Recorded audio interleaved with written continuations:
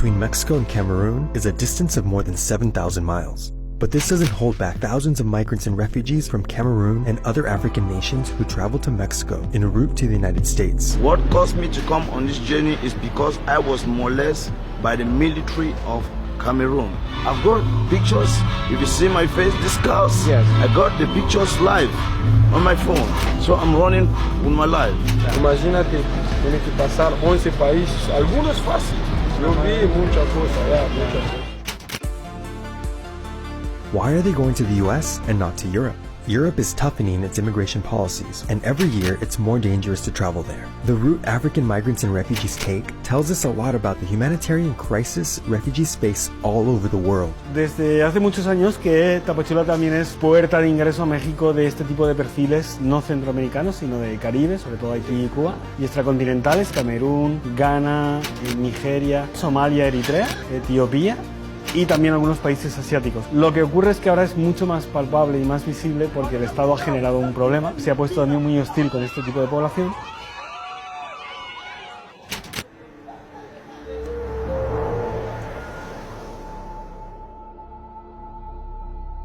In the first 5 months of 2019, 2,744 Africans arrived in Mexico. That's triple the 775 who arrived during the same period in 2018. Este es un menú para Cuba.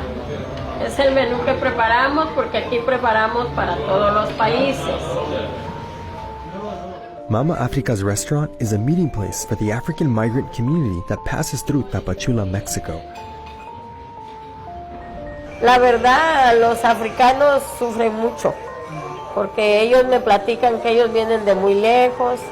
A veces migración los ha sacado 12 de la noche y me vienen a tocar, mamá África, no tenemos hotel, y yo le digo, pues yo no les puedo ofrecer más que una colchoneta, una colcha para dormir aquí. Ahorita está difícil para ellos, porque los que entran se han quedado hasta un mes y medio, y a veces pues ya no tienen dinero. Of all Africans, Cameroonians are the biggest group coming to Mexico. They fly from countries like Nigeria and they come through Ecuador, a country that doesn't require a visa for citizens of various African nations. From there, they start a journey over various borders.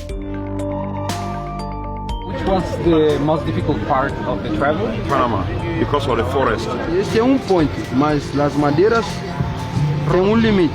É tudo roto. Ah, e allá não havia, não? Allá não havia mais.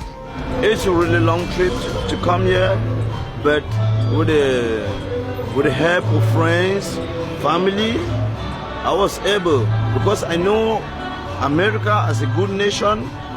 I know they are very good in receiving refugees like me. Crossing borders exposes these migrants and refugees to many dangers. They have to traverse wilderness to avoid being detained by immigration authorities and pay traffickers to help them. At these crossroads, they meet corruption by authorities in each country. Taxista, robô, se la robô tu la plata. É uma agência clandestina que ajuda a pessoa a passar hasta la frontera to In Honduras, we did half of the journey with our legs in order to reduce the money for transport. The worst was in Colombia. The police meet you, they search you, they take all what you have. I spent all my savings, got finished, but now where I am, to take me to the next seminar, I must beg from the family back home. African migration through Mexico is not a new phenomenon. After negotiations in June 2019 between the US and Mexican governments, what's changed is the amount of time migrants can stay in the country. Before, Mexico's National Migration Institute gave 20 days for safe passage, enough time to get to the border with the US. Mexican President Andrés Manuel López Obrador is detaining African and Haitian migrants and refugees as part of an agreement with the Trump administration. AJ Plus asked to interview Mexican authorities, but they declined. Ahora no solo se quedan de una manera prolongada e indefinida, sino que no tienen la más mínima expectativa de saber qué va a pasar con ellos, ¿no? Y eso está creando mucha frustración, mucho malestar.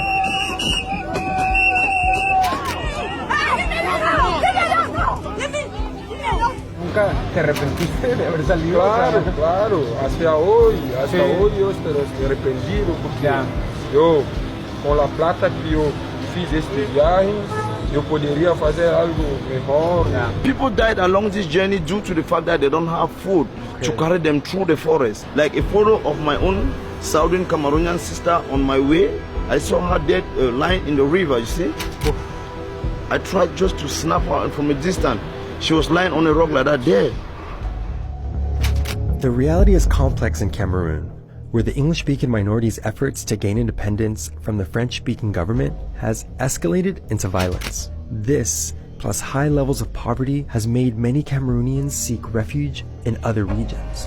That's more reason why there are many people from English-speaking Cameroon who are now seeking, who are moved out of the country. Those who had to cross the border to Nigeria as refugees. You see, these are part of the dead bodies in my country. These ones.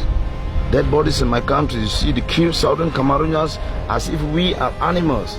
There is no way we can stay to resist this. It's difficult. It's difficult, but it was the only option, one of the only options that we had.